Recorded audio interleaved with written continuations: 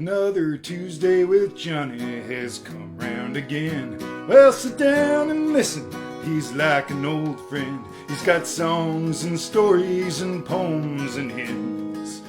Yes, sit down and listen, he's like an old friend. Or maybe he already is. He's got no way of knowing unless you leave him good comments. Welcome to episode 1 of Tuesdays with Johnny and other stories.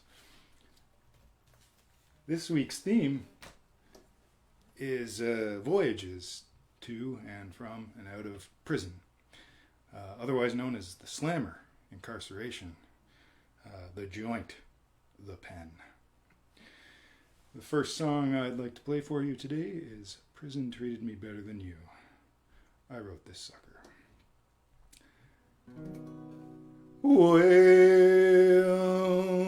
now that I'm out, I can't say I'm glad about it. Say that freedom is a blessing, 'cause I'm coming back home to you.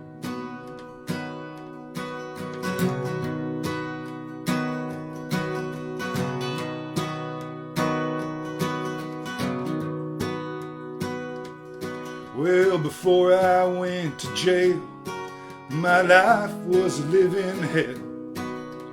Waking up to the crack of your whip, saying, John, take out the trash, walk the dog and feed the cats, and don't forget to make lunch for the kids. But when I was in the big house, I didn't have to wake up till an hour after I'd gotten up back home. And I'd shuffle with my buddies towards potatoes and scrambled eggs. No more toast in the dark alone. Oh no, it's sad but it's true. Prison treated me better than you. And lately I've been pondering the question, is it worth it to get busted again?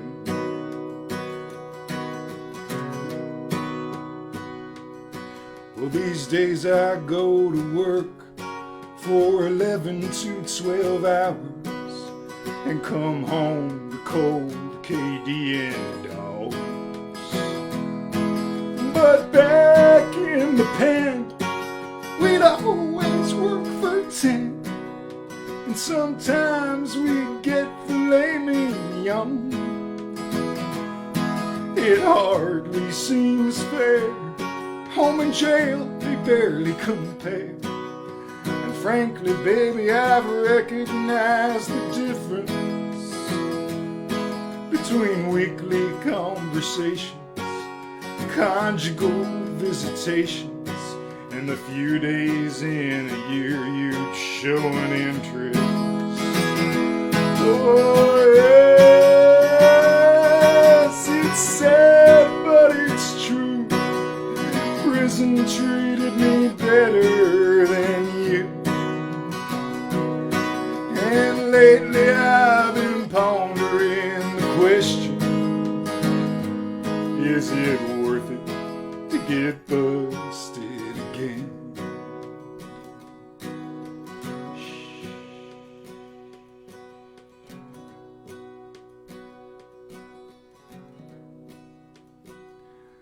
Well, now I lay in bed trying to get some rest. I'll probably shut my eyes when you stop snoring. And I hate to admit it, but I'm feeling right nostalgic. Yeah, those times I had in jail sure were swell. Oh yes, it's sad but it's true. The prison treated me better than you.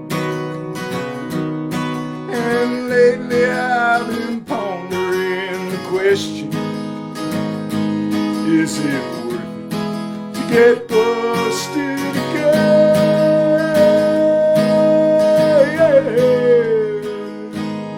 Is it worth it to get busted again?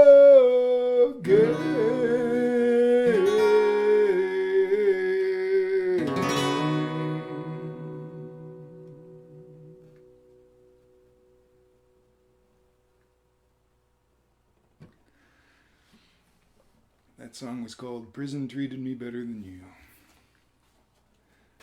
One of my own compositions. I'm now going to read from one of my favorite books of, it's supposed to be a book of poetry. It's called The Collected Works of Billy the Kid, Left-Handed Poems, but there's a lot of stuff in here that is not poetry. It's more like poetic prose. So I'm going to read to you from page 18. This is an untitled bit of prose. And in the barn next to us, there was another granary, separated by just a thick wood door.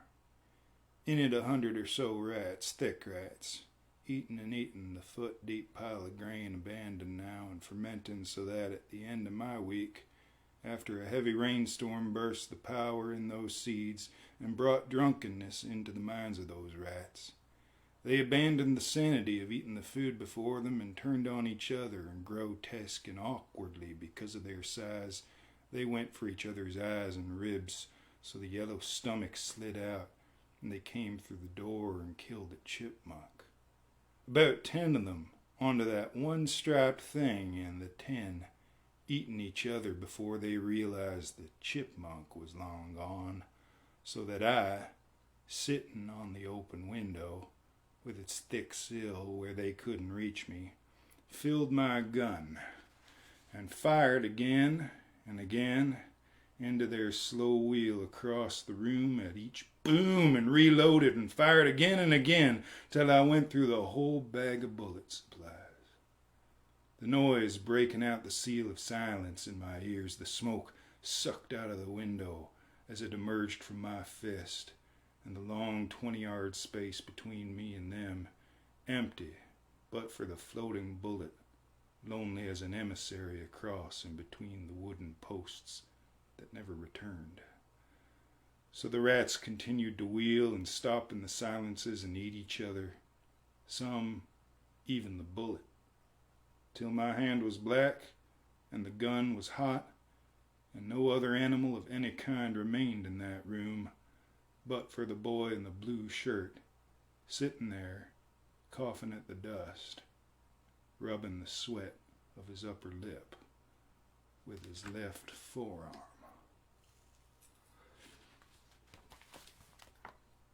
That was from the collected works of Billy the Kid, one of the most famous outlaws and jailbreaks there is. Next song's called Miss the Fireworks, also one of my own. Hey, Jerome Antoine. Nice to see you. Glad you enjoyed that one. I miss your harmony vocals on that one. All right.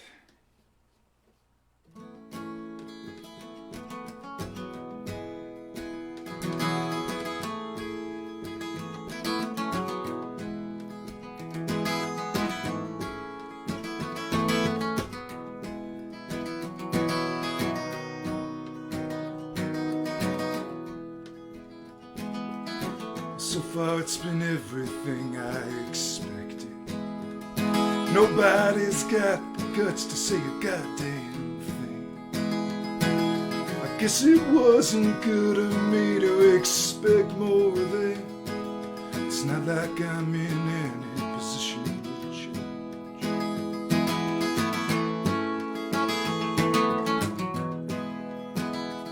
When my father picked me up, he had the same look on his face he's been giving me for almost 30 years.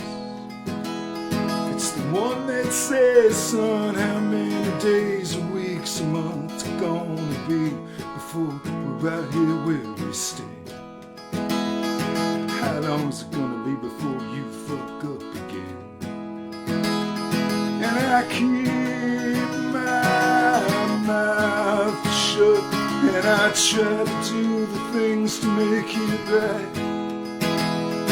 And I open my heart wide, and I hope the ones I love come inside. Yeah, I hope the ones I love come inside.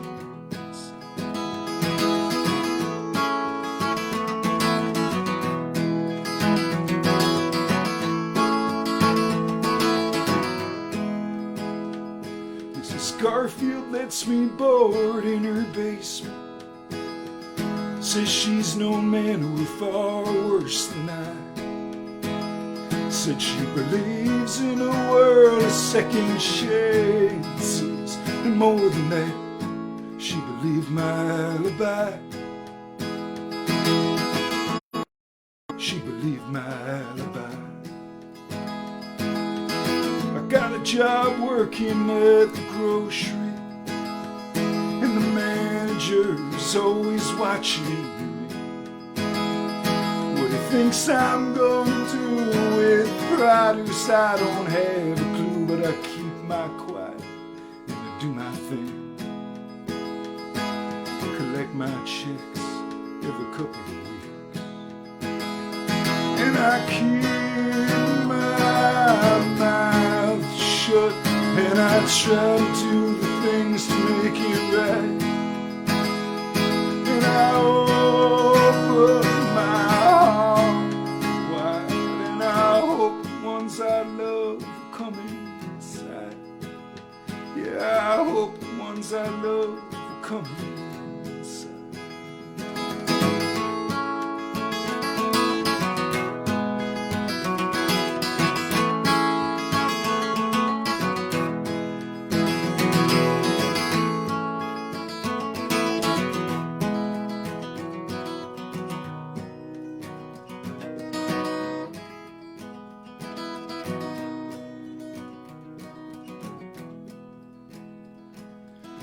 Went to the Midway on the 4th of July for the music, cotton candy, and the fireworks, and a taste of that innocence that I held as a child before the whole damn thing came crumbling down. The whole damn thing came crumbling down.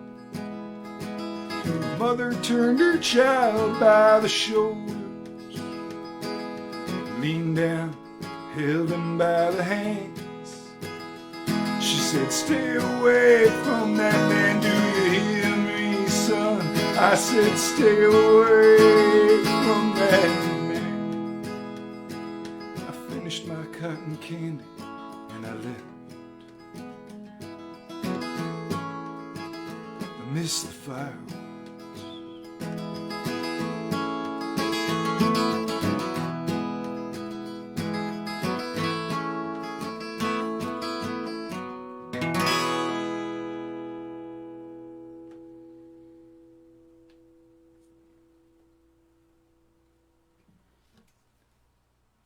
The song's called Miss the Fireworks. It's a fairly new one, written back in July or August. I can't remember. COVID makes your brain fuzzy. I don't know if you knew that, but it has that effect. It certainly does to mine. This next song is not one of mine. It was written by Mary John Wilkin and Danny Dill, which might mean nothing to you, but this band was on music from Big Pink by the band, and a few other notable bands covered it, but I think that was the biggest version of it that I can think of.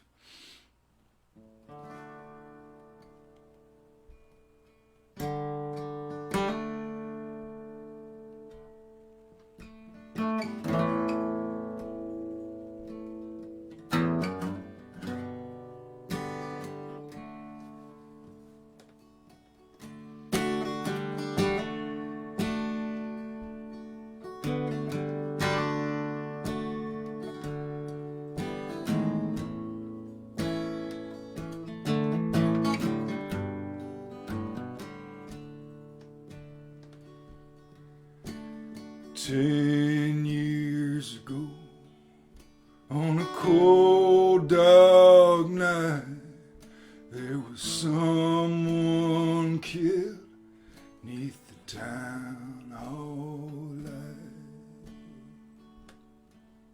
There were few at the scene, though they all did agree that the man who ran looked a lot like me. The judge said, son, what is your alibi? If you were somewhere else, then you don't have to die. But I spoke not a word, though it meant my life, for I'd been in the arms of another man's wife. She walks these hills in a long black veil. She visits my grave when the night winds sway.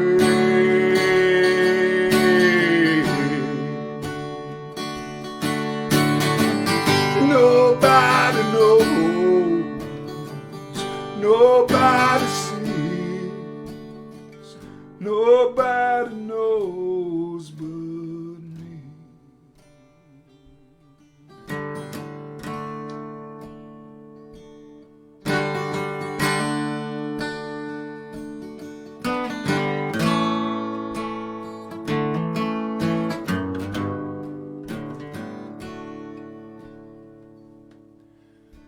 The scaffold was high and eternity near.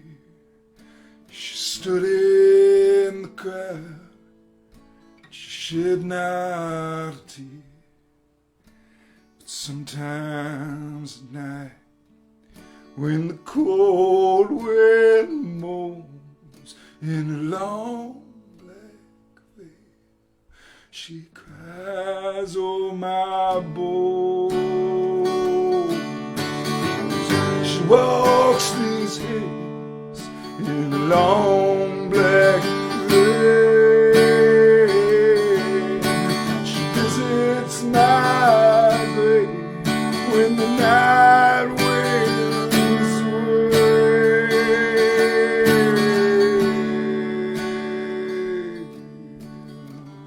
Nobody knows, nobody sees,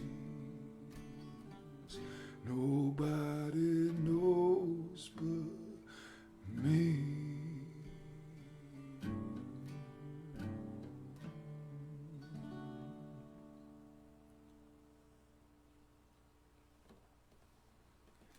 That was Long Black Veil by Mary John Wilkin and Danny Dill. I am now going to read a lovely story. Now this is a story that was written by a friend of mine, Jordan Moffatt, who's a local Ottawa author. And the reason I'm reading this story is Jordan writes a lot of really funny kind of, I would call them screwball comedy stories. They're really fun.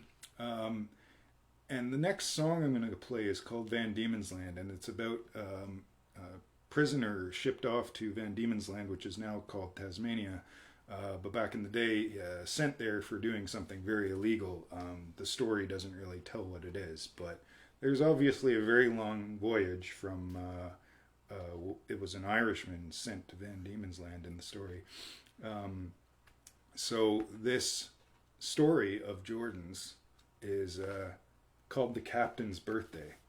So this probably wouldn't happen on a voyage to take prisoners to Tasmania, but it's going to be a fun read. I'll show you the cover here. Jordan Moffatt clicking into place. I believe these are still for sale. Look them up.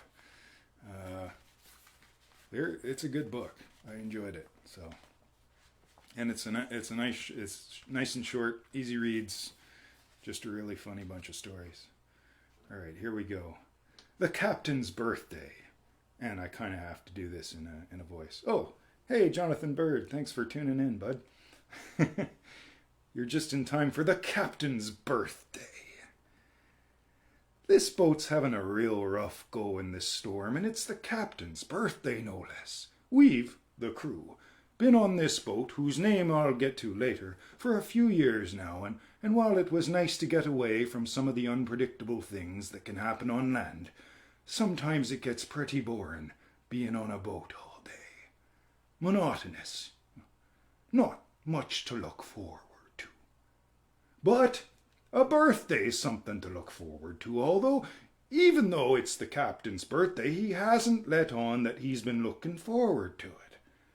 The Captain doesn't let on much at all, because he's a stoic. He carries Epictetus's handbook wherever he goes, in the front pocket of his jacket, or in the small bag he carries around when it's too hot for his jacket. He told me once that the handbook helps him get through rough waters, which I'm sure meant metaphorical rough waters, not literal rough waters like the rough waters we're experiencing now on account of this storm on the Captain's birthday. That being said, the handbook's probably good for both the metaphorical and the literal, considering how stoically the Captain's handling the whole storm birthday situation. I certainly wouldn't be so stoic if there was a storm on my birthday, but I guess that's why I'm not the Captain. But the Captain is the Captain, and a good one if you ask me. Ask anybody else in the crew and they'll say the same thing. That's why we've been looking forward to his birthday, thinking that it'd be a nice opportunity to really show him how we feel about him. And how we feel about him is that we appreciate him and respect him. It can be difficult to show affection on this boat because of all the business we need to do all the time to keep this boat in top shape. Move those ropes, the Captain will say. Scrub that deck. Not much room for affection when there's hard work like rope moving and deck scrubbing to do. But sometimes little forms of affection creep their way onto this boat. Oh, sometimes when the Captain gives an order, he'll give me a quick fatherly wink. And sometimes when I receive an order, I'll give him a nice thumbs up. The same goes for the rest of the crew. Winks, thumbs up, etc. But the most obvious source of affection between us and the Captain is that at the end of each day, we all get together in the mess for a nightcap of Cabernet Sauvignon from the Captain's own collection. And each nightcap begins with a toast from the Captain. And the thing he always says is, "Thank you for being such a great crew." And we all drink our Cabernet Sauvignon. The whole thing is just so nice. One thing I really like about the Captain is that he trusts us. One time he entrusted me with the procurement of the month's supply of Cabernet Sauvignon. We'd stopped in Adelaide, South Australia, and the Captain said we'd have one day off to just do whatever. And I'd never been to Australia before, so I wasn't sure what I was going to do with my one day. And just as I'd started brainstorming, the Captain took me aside and said, "Hey, I need to tell you something." And then he told me that we'd stopped in Adelaide because that's where his adult daughter was staying. Master of Planning Urban Design, University of Adelaide. And that us stopping there would be a great chance for the two of them to catch up because he wasn't there so much during her childhood on account of him being a captain and all. And that during this stop he really wanted to spend as much time as possible with her, Adriana. And because of that, he wouldn't have the time to go pick up the Cabernet Sauvignon. He wondered if I would be able to do that instead. Of course, I empathized and I said yes. The Captain told me the address of a great winery in the Barossa Valley, and then he gave me $1,000 cash, and off I went. So I rented a Prius and drove my way down to the Barossa Valley, and everything was going well, but then I discovered a problem once I got out of the Prius at the winery and started walking around. Well, turns out I had what we call the seasies. the feeling that I was walking on a boat even though I wasn't, which happens if you've been on a boat long enough. Well, driving was fine, funnily enough, but once I started walking on flat land, it felt like the land wasn't so flat. You know? So I was stumbling around, and I was wearing all my warm boat clothing even though it was a sunny day, and my beard was a little straggly. Then I walked into the winery, stumbling from the seasies, and I wasn't looking so done up. And I was waving around $1,000 cash, asking where they kept the crates of Cabernet Sauvignon, and all of a sudden it became clear to me that I'm the guy that people don't want to have in their winery. The looks on the faces of the people working there was the giveaway. So they told me, "Sir, please, please," and I said, "It's fine, I was on a boat." And they said, "We're not going to give you any wine." And I said, not wanting to disappoint the captain, "I'm not leaving here without the Cabernet Sauvignon." And they all gave each other a look. And then one of them went over on the telephone, and they said they needed help quick. And I was like, no, no, no, no, no. And I told them that if I could only get my captain there, he'd explain everything. And luckily, they agreed to that. So the nice woman behind the counter handed me the telephone, and I called the captain's mobile, and he told me he'd be right there. And so I waited in the chair, made out of an old wine barrel, for a half hour before he arrived and calmly and stoically explained the situation to the staff at the winery. And they said they understood and were very nice about it. And then he bought the crates of Cabernet Sauvignon, and we loaded them into the Prius. He'd taken a taxi to the winery and started driving back to the docks together. As we were driving, I told the captain how sorry I was that he had had to end his time with Adriana just to come to help me, and he said, "It's okay. Really, it's okay." Anyway, the storm subsides. The post-storm sunset makes a nice effect on the sky. "Beautiful night," says the captain, and we all have to agree. And then we tell him we got him something for his birthday. At first he says, "Oh, you shouldn't have," but then we persuade him to come to the front of the boat, the bow, and take a look. This is where I'm getting to the name of this boat. Here's what we did. In the morning, when the captain was all asleep, we all got together and painted over the name of this boat. The name used to be SS Hampstadler, but we changed it to SS We've Got the Greatest Captain.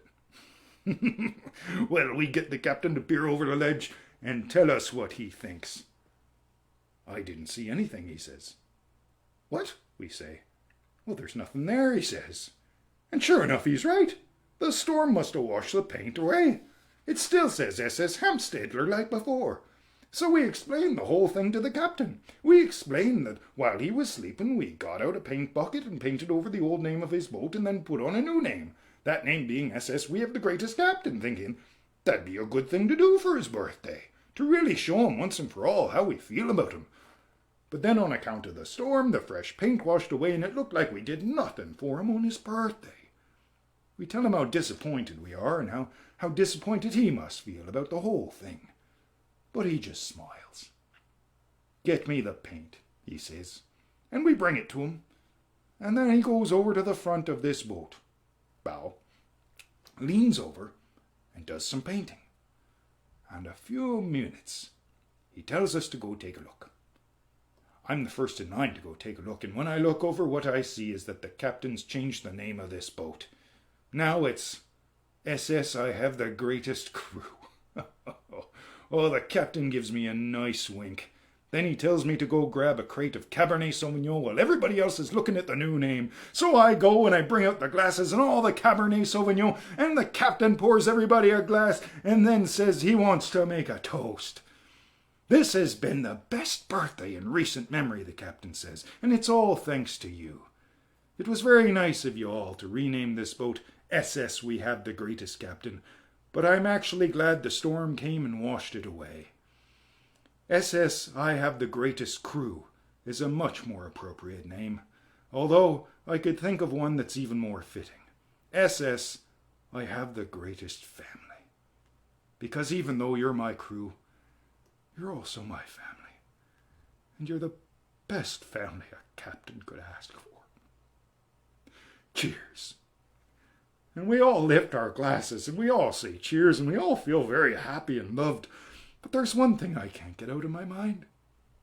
What did the captain mean when he said that we, the crew, were the best family he could ask for? The captain already has a family. What about Adriana, you know? What about Adriana? Did she even call him today on his birthday? Or did the captain mean it in a bigger way? Like that everybody in the world is part of one family.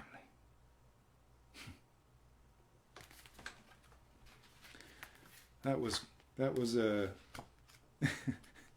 Captain's Birthday by Jordan Moffatt from the story Clicking into Place.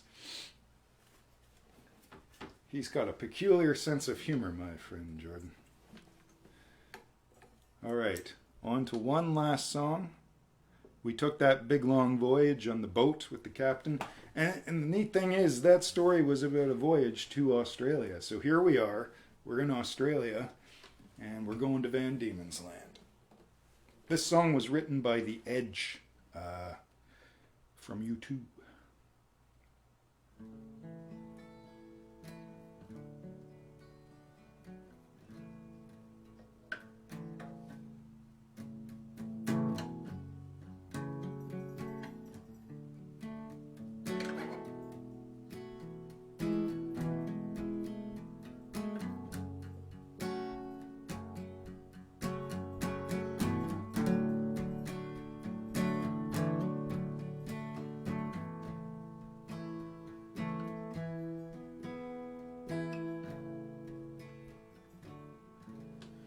Hold me now, oh hold me now, till this hour has gone around,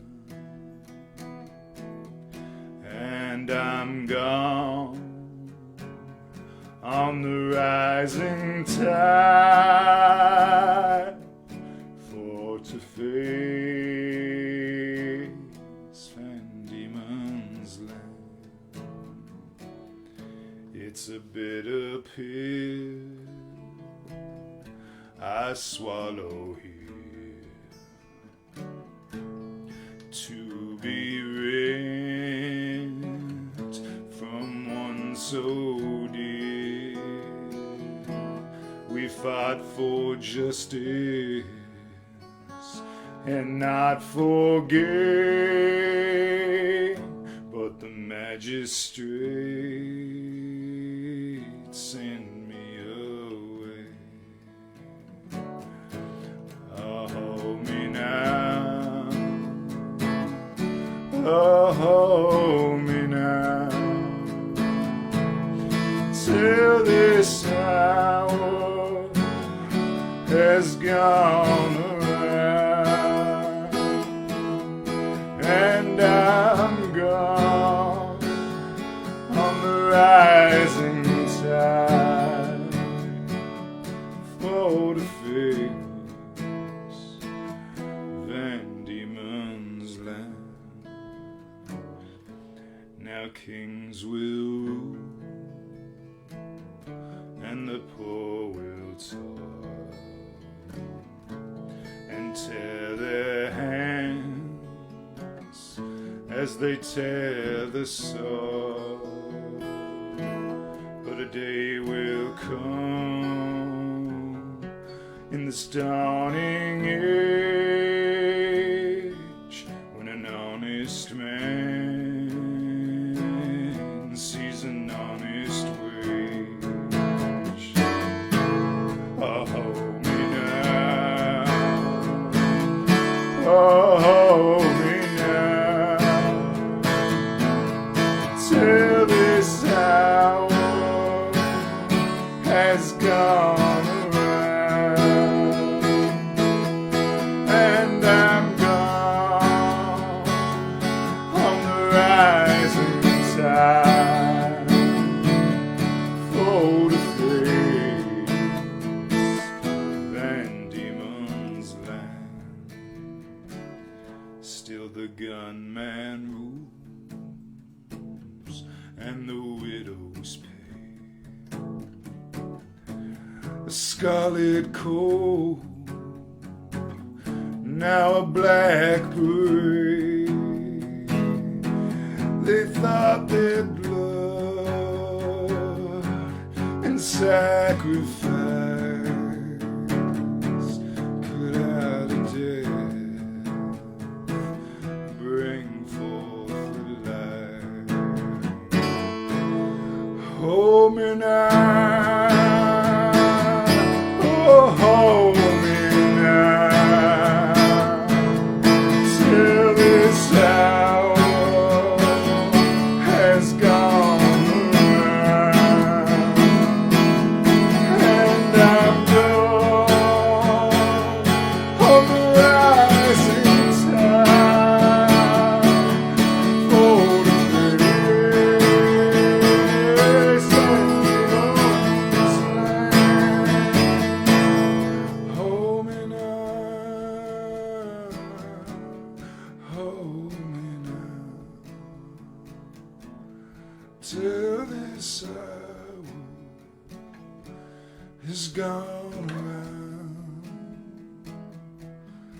and I'm going on the rising tide for the face Van Diemen's land.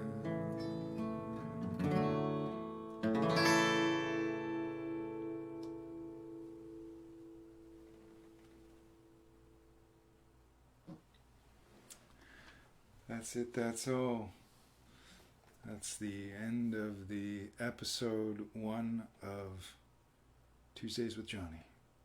Hope you enjoyed it, and I hope I'll see you next time. Have a good night, everyone.